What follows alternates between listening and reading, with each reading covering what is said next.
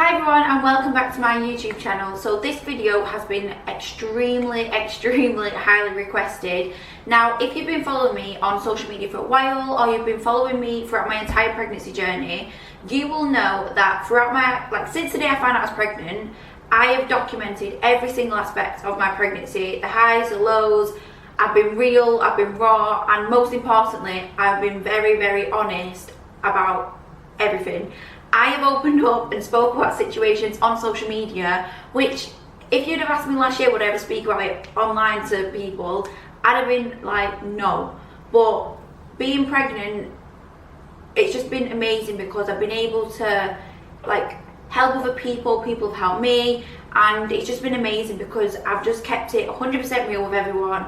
And this is why I am now sharing with you the reason as to why at 37 weeks pregnant, myself and Lorenzo made the decision to transfer my hospital care from Royal Bolton Hospital over to Burnley Hospital. As you can imagine, at 37 weeks pregnant, that is a massive risk to take, but that was a risk which we were both willing to take because the way that we was treated at Royal Bolton Hospital was ultimately a disgrace. I just feel like it's the right thing for me to do, to speak about my situation. Towards the end of the video, I'm going to be sharing people's experiences who have contacted me directly on Instagram and share their personal experiences too. Don't get me wrong, I completely understand that people have positive and negative experiences at hospitals all over, and I completely understand that. But unfortunately for me and for the other people's stories who I'm going to be sharing, we haven't had such a positive experience, and people warned me about Royal Bolton Hospital and their experiences when they found out that's whose care I was under when I found out I was pregnant, and I simply wish that I'd have listened to them, but I chose not to. I'm the type of person, if somebody tells me a bad thing about someone or something, I kind of take it on the chin, and I always want to make my own opinion on them, if that makes sense. Like, I don't judge a book by its cover, I just want to find out for myself, and that is what I did, and it's the biggest mistake of my entire life. So up to 36 weeks pregnant, I will hold my hands up, the care that I received at Royal Bolton Hospital was fantastic. But as you can imagine, I was very close to being full-term pregnant, and when everything started to go wrong, I was panicking like mad. It was horrific. I didn't know what to do. I felt like there was nobody for me to speak to, and obviously I will go more in depth in regards to the whole situation.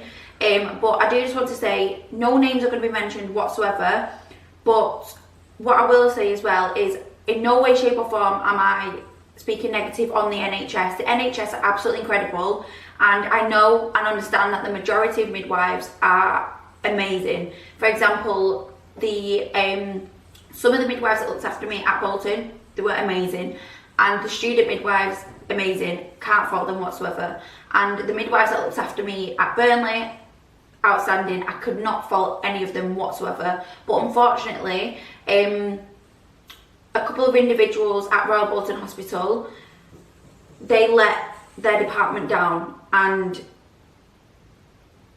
straight up just made me and Lorenzo feel like this. And nobody, no matter who you are, no matter your situation, should ever be made to feel like shit on the bottom of somebody's shoe. Their job is to look after you, is to care for you, is to make sure you're healthy, is to make sure that you're well, is to make sure that you're feeling happy within yourself, etc. It isn't to speak to you to make you feel this small and to make you question if you're alright in the head. So I'm now going to get into my story. So like I just said, up to 36 weeks pregnant, everything was fine, the care was good. And then I basically went to a midwife appointment, and my midwife measured my bump, and to cut a long story short, my bump was measuring to be 3 weeks bigger than it should be, if that makes sense. So she rang up some department, I'm not too sure what department it was, but basically to book me in for a growth scan to make sure that everything's okay with the baby. And then as well, I got booked in to have an appointment to test for gestational diabetes. By the way, if I keep looking down here, it's just because I've wrote down everything, because I want to tell you everything step by step and not miss anything out. So first of all, a couple of things did happen which were quite minor things, and me and Lorenzo spoke about them amongst ourselves, but we understand that things happen, etc. And we just chose to let it go. Like, it just went over our heads, move on. And on Tuesday the 3rd of May, I had an appointment with a doctor, and basically this appointment was for me to receive some very, very important test results. So I got to the hospital for my appointment to find out my test results, and basically I was getting 2 results, and he had a look on the system for my results and there was literally nothing there, and other than one of the results, and on the system it said to refer to the paper copy, and the paper copy wasn't there. It was nowhere to be seen. The doctor went and asked about, rang a few people. These results are nowhere to be seen. So he's telling him to look at the paper copy, but there is no paper copy. So obviously that, to me, yes, it was very, very important test results. To be honest, it determined whether or not I needed a C-section or not. Thank God I didn't, otherwise that would have been a bit of a disaster, because these results were very important. And yeah, so obviously that was a minor thing which we just thought, right, things happen, people lose things, that's fine. And he did ring me up on Monday the 9th of May, so the week after, with the results, as he had to contact Manchester Hospital to find out the results. So then on Thursday the 12th of May, I then had my growth scan, and that was obviously due to my bump measuring to be too big. And then I think that's when I then went to see a doctor, who then asked for me to start testing for gestational diabetes. That's when that appointment then happened. And then from the beginning of May, roughly around the 9th of May, if I remember correctly, I then started to experience reduced movements. So I understand that your baby obviously is growing inside of you, so there's going to be less space for the baby to move, but you should still feel movement, whether it's a turn, whether it's a kick, whatever that may be, you should still be feeling movements. And I simply wasn't. I was experiencing reduced movements, and I was starting to get concerned, but I was still feeling them, but just not as often. And Delilah's pattern wasn't consistent anymore as it used to be. So on Thursday the 19th of May, I should have had a 36-week midwife appointment. So me and Lorenzo went to where we had our midwife appointments, and to cut a long story short, the midwife had basically double booked that appointment. Now, this appointment to me was really, really, really important, because we were going to speak about birth, and I was going to personally ask her a lot of questions, and I just wanted some reassurance about my reduced movements, because I've never had a child before, I've never been pregnant before, and I didn't really know what was right, what was wrong, and I just needed somebody to speak to about my reduced movements. And I had previously been to Triage about the reduced movements as well, but they just told me, oh, she's fine. So they attached her to the monitor and they told me that everything was fine. So obviously I just took their word for it, type of thing. So that day when the midwife appointment was double booked, I actually went to Triage that evening in regards to reduced movements. And I was told that I needed to be monitored every single day until I had my growth scan. And I was also told that I had to wait 2 weeks for my growth scan. And I understand that, because I just had one. So you have to wait 2 weeks until you can have another one. And they also told me to ring the day unit on the Friday to ring up to arrange to be monitored. So then on Friday the 20th of May, I rang up the day unit, as I was asked to do, and we arranged me being monitored, and they also asked me if I'm still experiencing reduced movement. So of course I said yes, I am. So I went in that day, I got monitored, and then they told me to come in twice a week to be monitored until I had my growth scan. And then I was booked for a growth scan on Tuesday the 24th of May. So on Saturday the 21st of May, so the day after I'd been monitored, I woke up to a missed call from a no caller ID, and this missed call was at 9:07 a.m. And then I also had a voicemail from my midwife. So this is the voicemail from the midwife who was doing my, like measuring my bum, testing my urine, however you say it, doing all of that stuff, and who was going to do my birth plan with me. So I'm now going to read to you this voicemail. I wrote it out word for word, and if I keep saying that is simply because that's what she was saying in the voicemail. So, hi Ruby, it's name. I'm back in work today, and I've got a message basically that you need some monitoring every day until told, what does it say? She needs daily monitoring. What does it say? Is that once a week or twice a week until your next scan? So what I suggest you do is give antenatal day unit a ring, because they are the people who could arrange the monitoring for you. If you have any trouble, give us a ring back here on, I think you have my number already, and then she give me her number. If you don't get sorted, the number for Andu is, and then give me their number, and they should be able to monitor you. Alright, thanks Ruby, speak to you later, bye. So the key thing in there for me personally was, obviously I wanted reassurance about my reduced movements, and she said to me, if you have any trouble, give us a ring back on here. So I then tried to ring my midwife back at 1:28 on the same day in the afternoon, and it went to answer phone. So I tried again at 1:49, and it was the same again, but it actually dialed this time, but then it was almost as if like she declined it. Do you know what I mean? When it rings and then it just goes off. And then at 2 p.m. I rang, it was answer phone, so that's when I left a voicemail explaining my concerns. Obviously I don't have any proof of what I said, but I basically let her know about the reduced movements, and I felt like nobody was listening to me. And then on Saturday the 21st of May, so that is the same day as all these like voicemails and stuff happened, I actually texted my midwife saying, hi, it's Ruby, I've left you a voicemail, please can you listen to it when you have a moment, thank you. So I sent that text at 4:33 p.m, and then at 4:50 p.m, she replied to me saying, hi Ruby, it's a bit broken up, I'll call you ASAP. Right? ASAP. Listen to this. So when I actually wrote these notes down, it was Monday the 23rd of May, and obviously that was 2 days after, and I was annoyed then that she hadn't got back to me, and that was 2 days after she said she'd call me ASAP. She then rang me on Friday the 27th of May, but by then I'd already left their care, right? I'd already left their care, so it took her 6 days to call me. But now I'm going to get into the actual main thing, which was the tip of the iceberg for me and Lorenzo and pushed us to make the choice to leave their care. So obviously the main situation here is the reduced movements which I was experiencing. I went to triage on the 9th of May, the 19th of May, the 20th of May twice, and the 22nd of May twice, all for reduced movements. So 2 days I went to be monitored twice because I just knew something wasn't right, and it's my body. Nobody can tell me how I'm feeling. Like, I know exactly what is right and wrong with my body. And on the 20th I went to triage in the early hours of the morning, and then later on in the day I went to the antenatal day unit, because at Bolton you don't go to triage for reduced movements unless the day unit is closed, if that makes sense.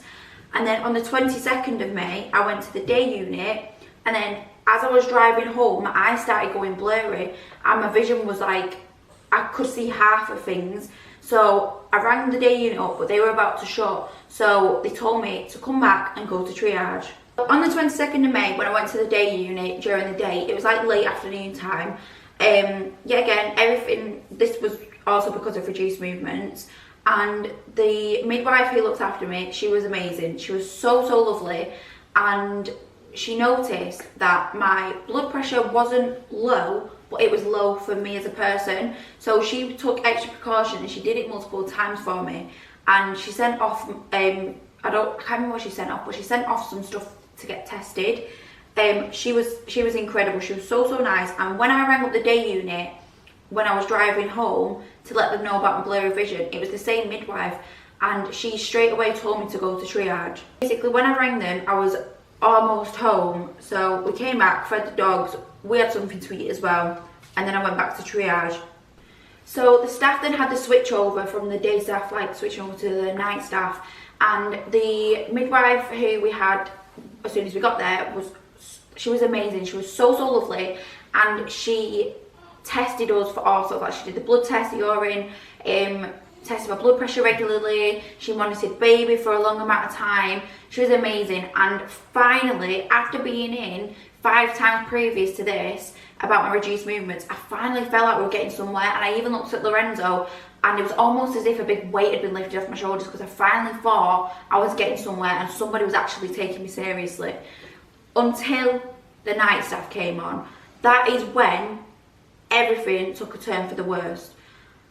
She came in, this new midwife who was on the night shift, she came through the curtain, and straight away, I'm not even kidding you, she had this aura about her. She was so cold-hearted. Like, she just came in and she just had that like that aura. I don't know how to explain it. She was so cold, and she didn't give me the comfort or the reassurance that you should give to your patients as a midwife. She had none of it whatsoever. She came in, she removed the blood pressure thing from my arm, she removed the straps from my belly, and she said to me, she was like, oh, everything's fine. And I broke down into tears, because as you can imagine, I felt like I was back to square one. I just thought half an hour ago that I was finally getting somewhere. She came in with this cold aura about her, and she was like, oh, everything's fine. And I thought, I just broke down into tears, and I said to her, my words exactly were, things are not fine. I said, they're not fine. I said, I know how I'm feeling, and I'm telling you now, something isn't right. She pointed a finger at the monitor like this. She went, that monitor right there monitors your baby's movements. Everything is fine. She said it in that tone of voice and everything. She was pointing, staring at me in the eyes, and made me feel like that. I was sat on the bed, and when she was pointing away at the monitor, I put my head in my hands like this, and I was bawling my eyes out, because everything, I felt like I just rewinded back to day one. And the way she was speaking to me, no midwife should ever speak to a patient like that at all. So as you can imagine, I've been in 5 times previous to this about the reduced movements, and if you've been pregnant and you've experienced it, it is absolutely petrifying, because you go from feeling your baby regularly, you get this regular pattern of movements, and then it just reduced drastically. You don't know what to do, because you physically can't do anything about it, because they're inside of you. So you want to put in your trust to these midwives, and this in particular midwife, she just came across like she just didn't care, and she wasn't listening to me. So I was sat on that bed crying my eyes out. She's pointing away, making me feel like I'm making it up. That's how I felt. Like I literally said to Lorenzo, like, is it in my head? Is it normal? What? I don't know what's going on. And then anyway, I was crying, and I had to wait for my blood test results. And she came in and she said, sorry, no, she didn't come in. She was already there, and she said, are you okay to go to the waiting room, because if somebody else comes in, we're gonna need the bed. So obviously I was like, yeah, that's fine. So, and obviously I needed to wait to be assessed by the doctor too. So once she said that, I was like, yeah, that's fine, no worries, because obviously if somebody needs to come in and needs the bed, they need the bed. And I'd had my monitoring done. Lorenzo then said to the midwife, is there any point in waiting for the doctor, or will the doctor just say the exact same thing as you? That is exactly what Lorenzo said. And then the midwife said, her exact words were, I can go and get a self-discharge form for you. So I was like, yeah, because bearing in mind, we've been there for literally hours. How many hours was it? Like 3 at this point, maybe.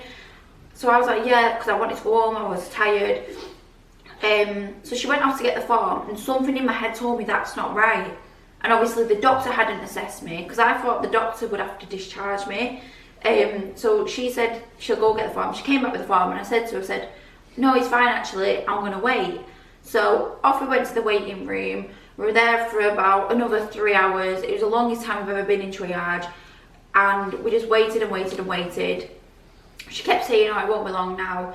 But then it turns out that the doctors actually were having to deal with like emergency C-sections and stuff like that, which is completely understandable, and I have no complaints about that. Obviously the doctor's simply doing their job. So after a few hours had gone by, the midwife then called us in to go back into triage, and then the doctor eventually came, and I'm not even kidding you, she came in with like this little hammer, tapped my kneecaps and my ankles, and then she said, oh, you might need to be induced, but we don't do it until 39 weeks pregnant. So I then asked her, oh, what does being induced meant? Because I hadn't got a clue what being induced meant at all. Like, I didn't even have the slightest idea of what being induced meant. So she then explained what being induced meant, the process, etc. And then she said, I'm going to go and check your blood results and I'll be right back. So at this point, Lorenzo actually saw her leave triage, and then 20 minutes had gone by and she still hadn't come back. And I'm thinking, does it really take 20 minutes to go and check some blood results? So Lorenzo went and asked the midwife, where's the doctor? So she came over. So this is the midwife now we're talking about. The midwife came back over and she said to us, she went, oh, the doctor's gone home. I went, what do you mean she's gone home? She said she should have finished the shift 2 hours ago, so she's gone home now.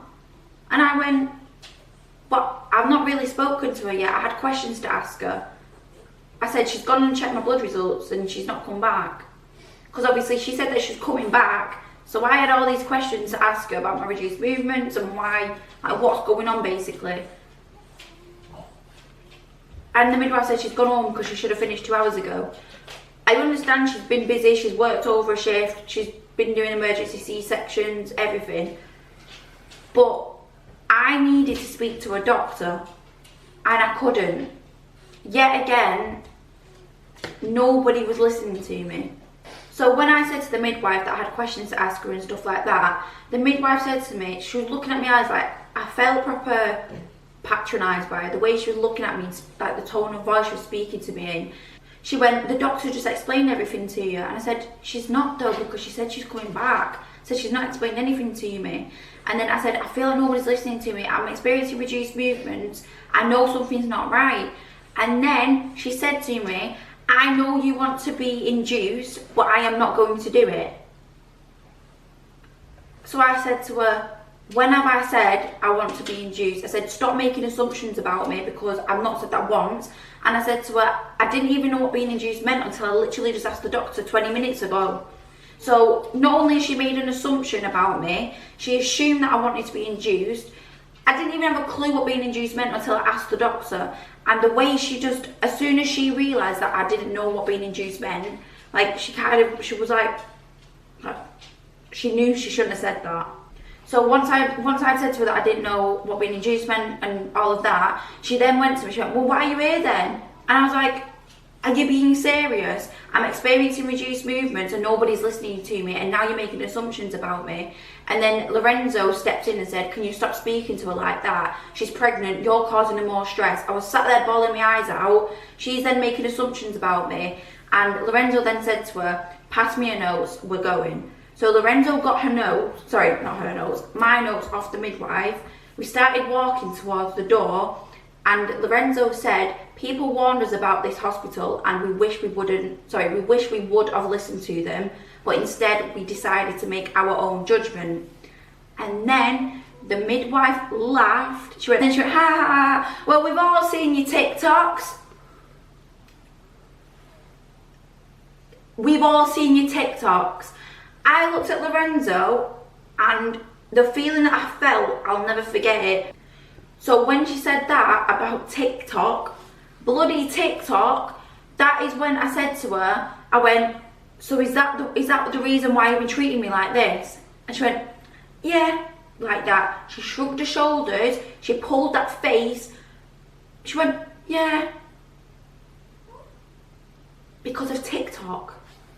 So after that situation in the hospital, we just left, and straight away in my head I knew I cannot be under this hospital's care anymore. Because, for example, I was panicking. I was like, what if something bad happens? I couldn't physically trust them. And obviously I know not all the midwives are like that, I know that completely, but because I was in that situation, I just couldn't risk it for my health and Delilah's health.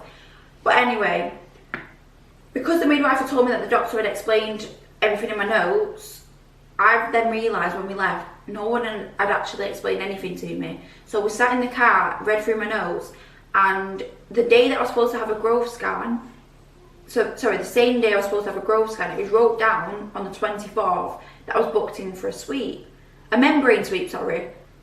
And I said to Lorenzo, I went, hey, what's one of them? What's a membrane sweep?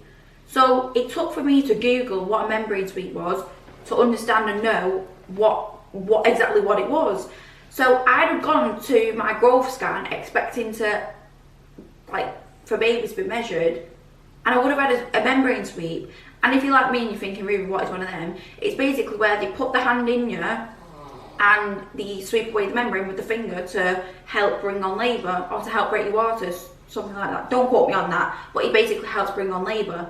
So I was thinking, how on earth has nobody told me that? Like, I'd have literally got to the hospital and that would have happened, and I wouldn't have had a clue what was going on.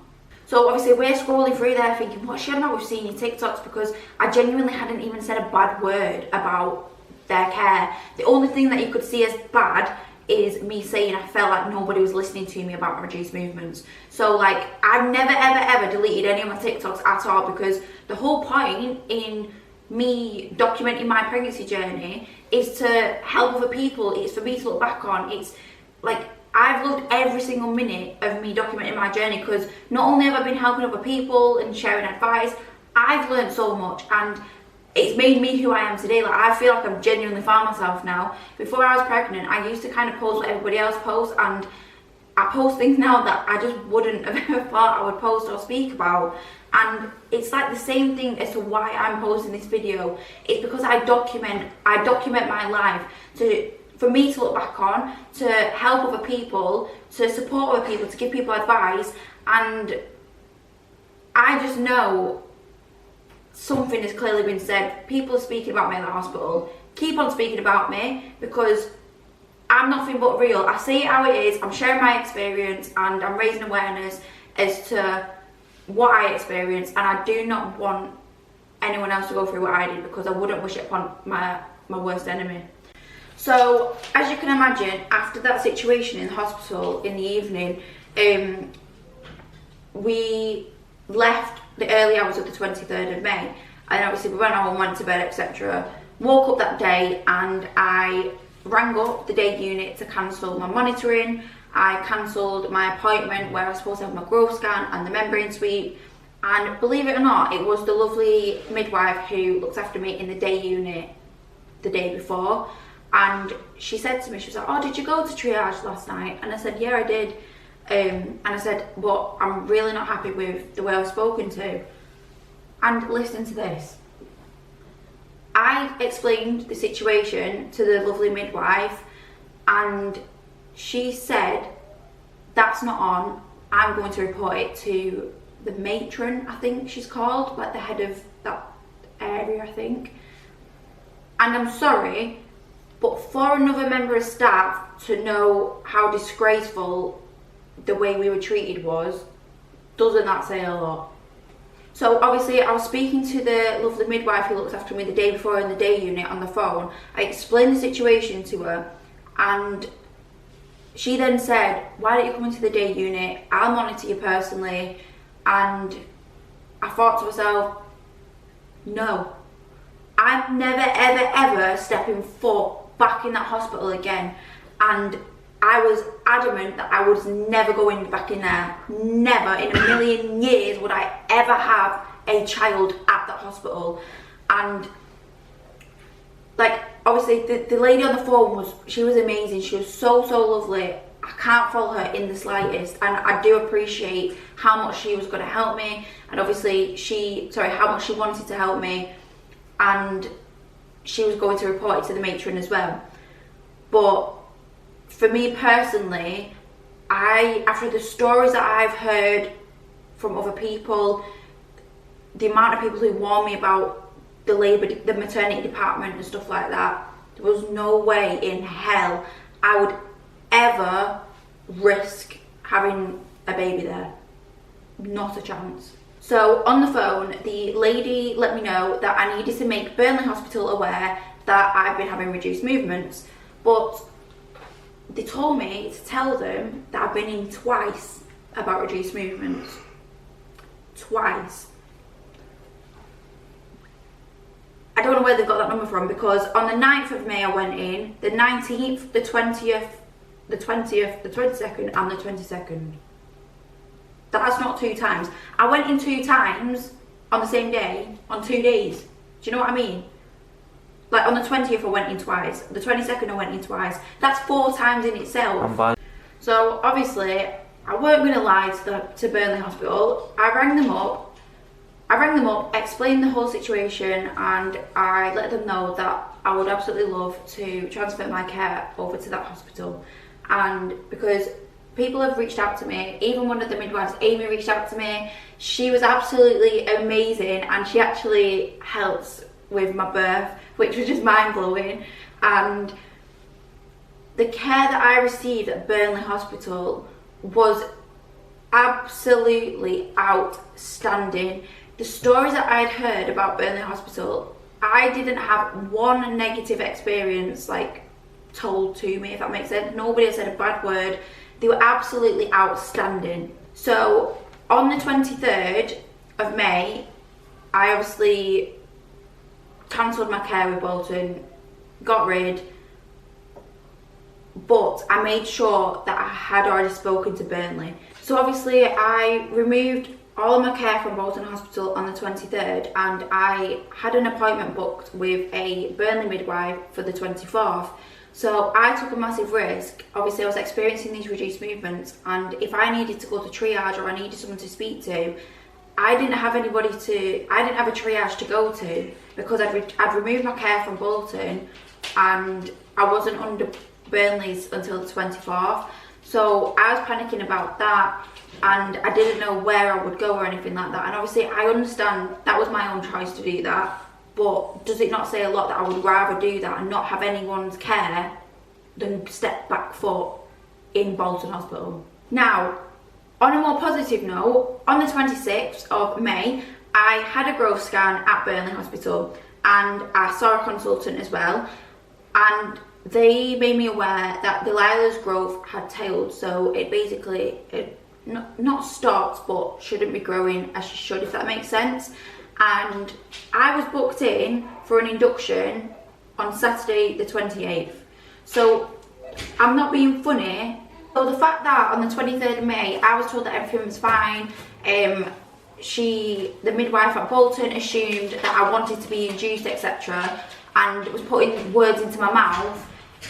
The fact that Burnley on the 26th told me that my baby's growth had tailed and straight away said, right, we're going to book you in for an induction if that's okay with you. Finally, somebody was listening to me. And if you're sat here watching now and you are experiencing reduced movements, please don't stop. If you know something isn't right, you know your body, do not let anybody tell you how you're feeling. Don't let anybody make you feel like you're losing your marbles, because at the end of the day, it is your body, and you know what is right and what is wrong. You know what feels right, you know what feels wrong. Do not let anybody tell you otherwise. And if they're not listening to you, keep on telling them, because you know that it's not right. And obviously I'm not telling everyone to change hospitals if like nobody's listening to you. I'm not here to tell you to do that. But if it is an option for you, and if it feels right for you, for me personally, it was the best decision I could have made for myself and for Delilah. And the reason as to why I've just said that is because when I went to Burnley and I told them how many times I had been in about reduced movements, you should have seen their faces. They couldn't believe it. I feel like they probably thought that I was making it up, like how many times I'd been in. And I showed them my notes, and they were gobsmacked. They couldn't believe that action wasn't taken sooner.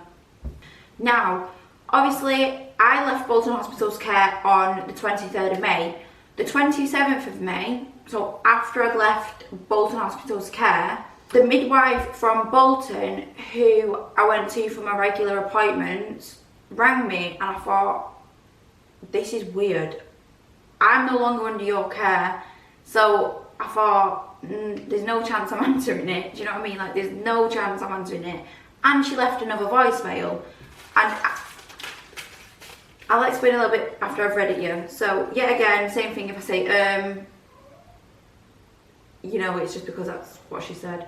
So, hi Ruby, and then she said her name. I'm so sorry for getting back to you so late. in all honesty, things were that busy that day, and the day after I completely forgot until I came back in work. So I'm just going to give you a ring to say, and then she breaks for ages, like she paused for ages. Yeah, and then there was another long pause. How are you doing? How can I help you? And what's going wrong? And then another big pause.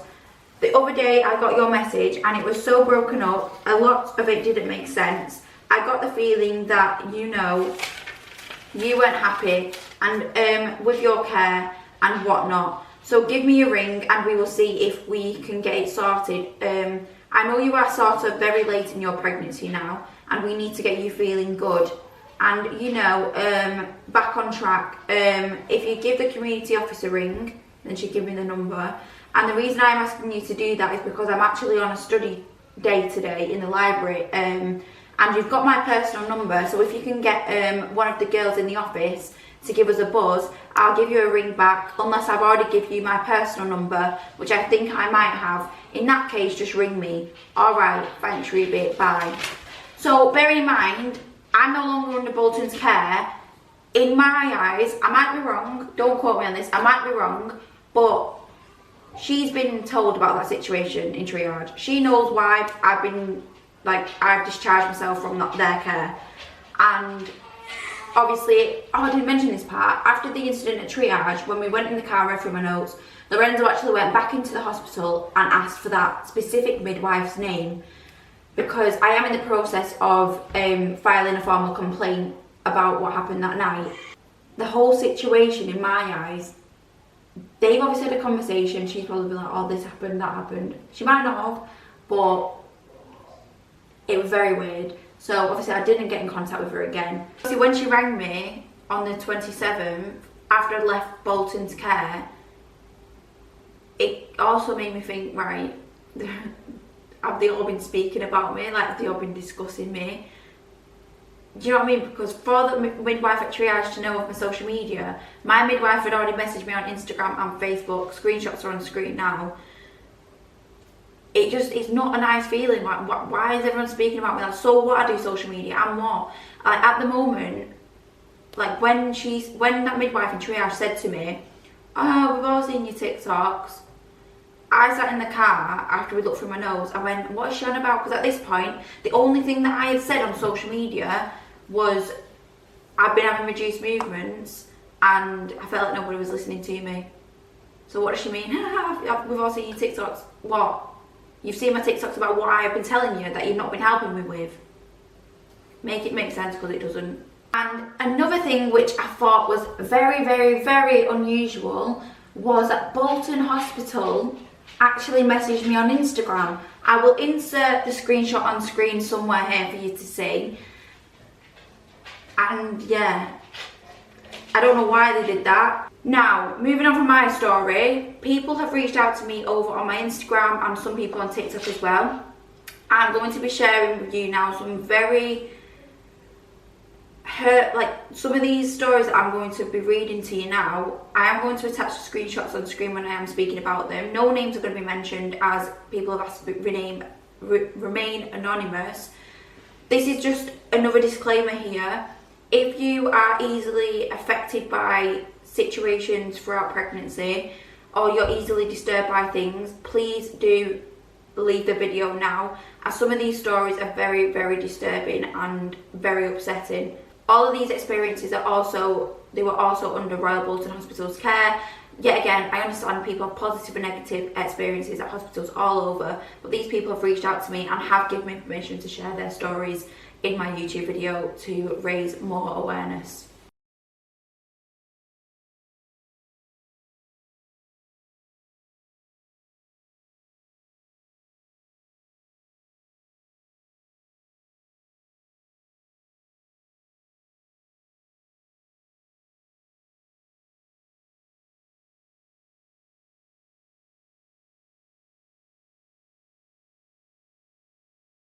So now I've popped on screen loads of comments which have been left over on my TikTok. I've literally shared a handful of the messages which I've received over on my Instagram and on the TikTok videos as well.